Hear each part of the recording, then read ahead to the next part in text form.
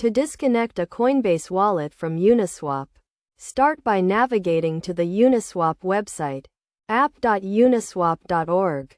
Once the page loads, you'll see the Uniswap logo on the left and a Connect or Connect Wallet button on the right.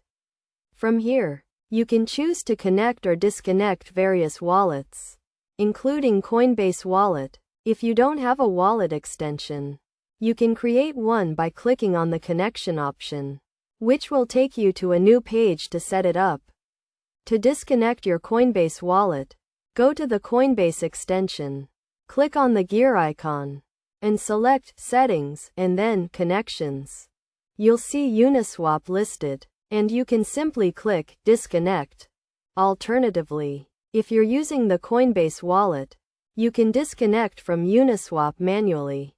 The process is straightforward, and you can choose to disconnect either through the extension or manually. Regardless of the method, disconnecting your Coinbase wallet from Uniswap is a simple process.